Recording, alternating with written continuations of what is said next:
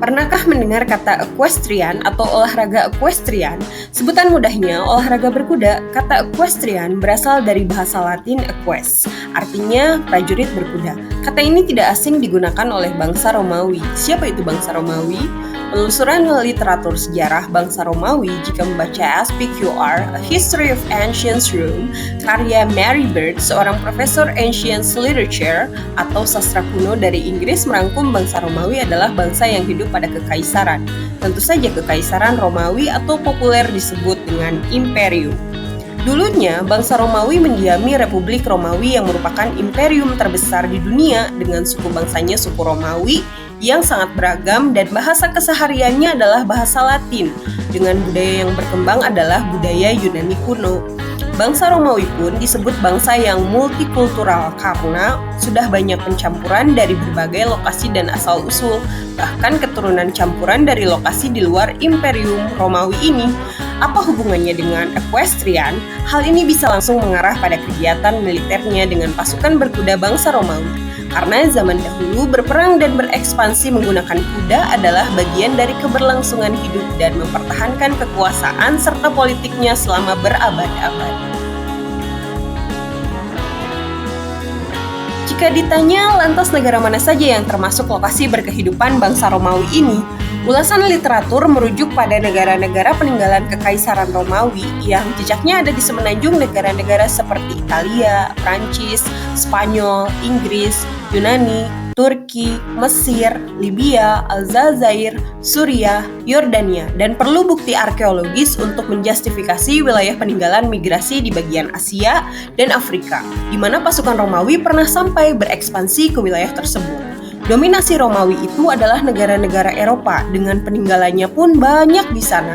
Hari ini tentu saja sering melihat peninggalannya seperti beberapa patung, ukiran, arsitektur, dan juga peradaban yang terus ditransformasikan kajian historisnya seperti makanan, resep-resep Romawi kuno yang sering menjadi rujukan diet-diet tertentu dan hewan-hewan yang lestari seperti kuda ini yang terus berkembang biak.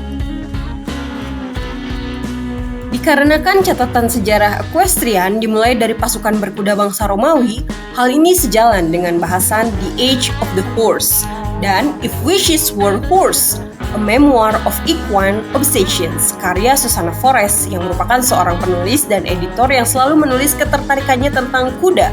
Forrest memiliki latar belakang pendidikan antropologi sosial dari University of Cambridge. Karya non-fiksinya menjelaskan bahwa hubungan antara manusia dan kuda memiliki sejarah yang panjang semenjak 56 juta tahun yang lalu dari keberadaan kuda pertama kali yang ditemukan oleh manusia. Secara Latin sebutannya Equus caballus atau Spharus. Hal ini diawali dari zaman tembaga secara historis di mana kuda lah yang diizinkan bahkan dijinakkan oleh manusia dan dijadikan mitra. Jadi dalam hal ini akan digunakan dan dimanfaatkan sebagai alat transportasi dan alat angkut karena memiliki efisiensi dalam mobilitas. Dan juga kuda itu masuk pada sejarah perkembangan peradaban manusia. Hingga dari waktu ke waktu kuda juga digunakan dalam sektor pertanian, perang, peternakan, sumber pangan, dan olahan daging kuda.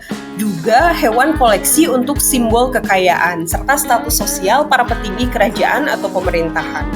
Evolusi hubungan budaya dan ekonomi secara arkeologis ditemukan pada peninggalan tembaga dan sejarah penggunaan kuda yang dikendalikan oleh manusia. Dan inilah sejarah manusia yang tidak boleh dilupakan di mana ada beberapa hewan yang membersamai. Salah satunya adalah kuda ini yang hingga saat ini masih ada dengan berbagai fungsinya. Equestrianisme sebutan untuk tradisi berkuda, di mana saat ini sudah bukan untuk kepentingan militer dalam peperangan, namun sudah beralih fungsi menjadi fungsi olahraga, atraksi, selebrasi, hewan koleksi, dan sumber protein untuk substitusi konsumsi bahan pangan. Bahkan kultivasi kuda untuk menghadirkan kuda-kuda berkualitas dengan perkawinan-perkawinan dari induk unggulan sehingga bisa dikategorikan untuk kuda pacu, kuda polo. Kuda polo ini khusus olahraga polo atau kuda beregu, kuda gembala, kuda angkut, dan kuda poni untuk hiburan dan koleksi hewan jinak piaraan.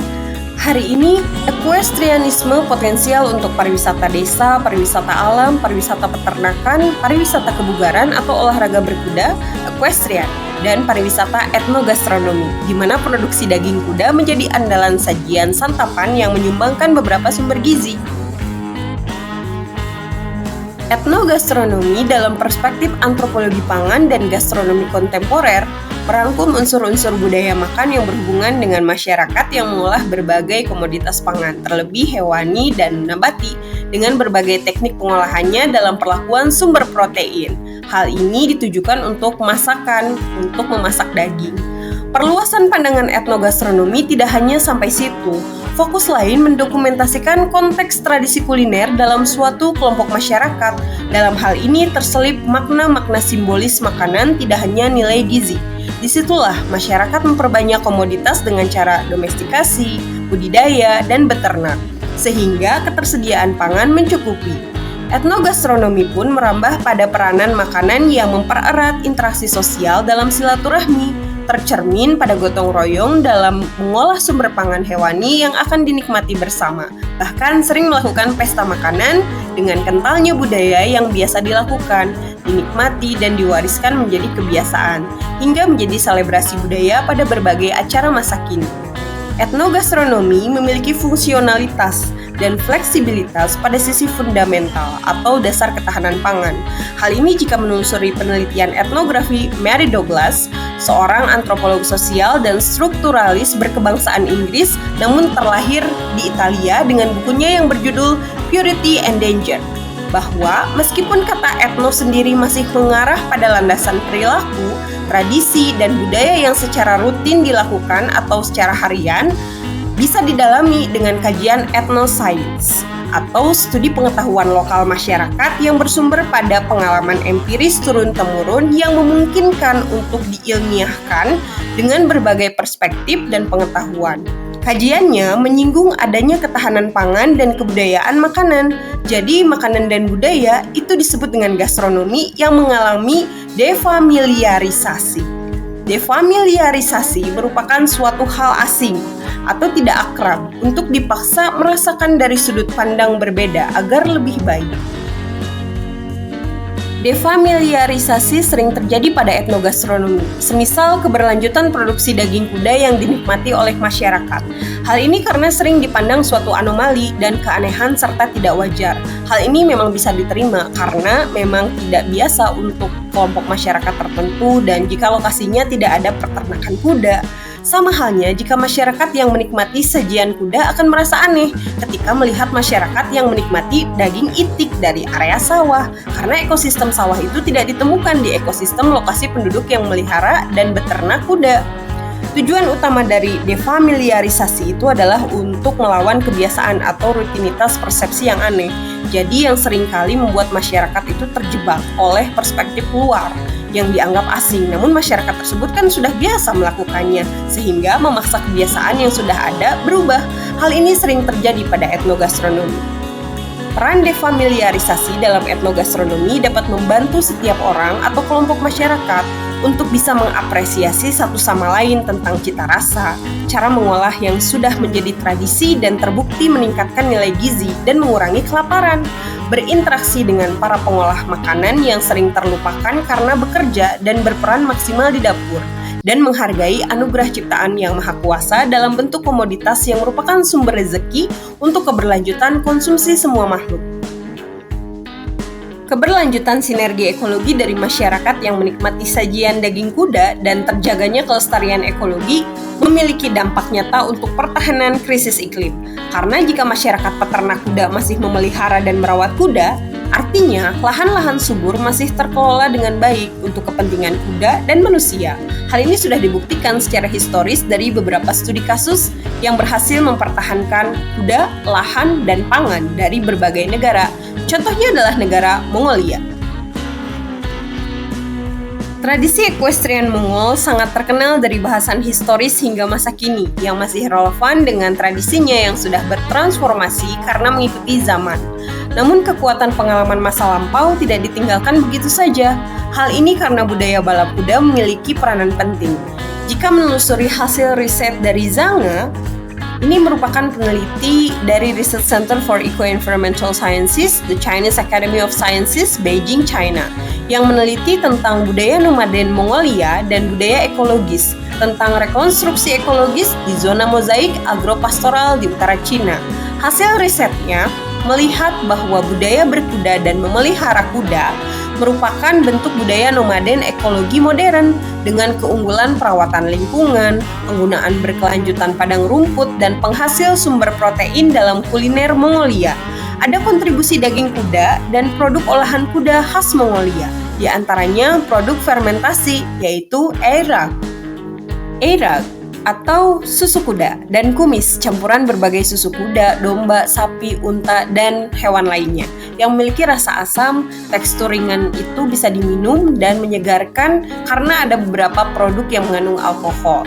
Nah, akibatnya lamanya dari fermentasi tersebut, keduanya dianggap sebagai produk kuliner yang berbudaya dari Mongolia karena sering disajikan pada perayaan-perayaan khusus.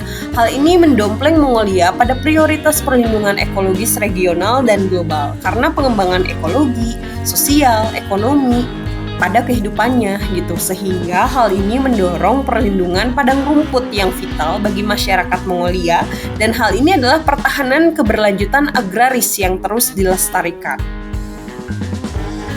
Pastoralisme. Secara singkat pernah saya tulis pada artikel sebelumnya yang berjudul Pastoralisme, Pengetahuan Lokal Pemeliharaan Ternak untuk Ketersediaan Pangan. Singkatnya mendefinisikan versi Andy Catley dalam bukunya yang berjudul Pastoralism and Development in Africa, Dynamic Change at the Margins, bahwa pastoralisme merupakan pemeliharaan ternak secara tradisional, digembalakan, diberi makan dari padang rumput atau sabana. Spesies ternak adalah spesies lokal yang terbiasa beradaptasi dengan lingkungan. Penting untuk dicatat bahwa etnogastronomi, pastoralisme, dan equestrianisme memiliki warisan global tentang budaya beternak dan keberlanjutannya sesuai fungsi, bahkan menjadi fungsi keberlanjutan sinergi ekologi yang bisa dikontribusikan dari setiap sektor, dari mulai kebutuhan pangan, peternakan, kebugaran, hingga hiburan. Indonesia pun punya kompleksitas etnogastronomi dari kuda, para peternak kuda, dan para atlet kuda. Hanya bagaimana hal ini bisa dikolaborasikan, tidak hanya untuk kelas-kelas tertentu saja yang memiliki akses. Jika masih demikian adanya, tidak ubahnya seperti zaman Kekaisaran Romawi, artinya peradaban status sosial sebagai simbolisme kekuasaan masih lekat. Apakah hari ini sudah mudah mendapatkan akses dan konsumsi daging kuda, olahraga kuda, dan memelihara kuda? Itu kan suatu hal yang masih terkendala biaya, dan cara mendapatkannya bagaimana? Jika iya memang seperti itu kondisinya, maka perlu ada segmentasi inklusivitas dalam kemitraan manusia, kuda, dan kuasa.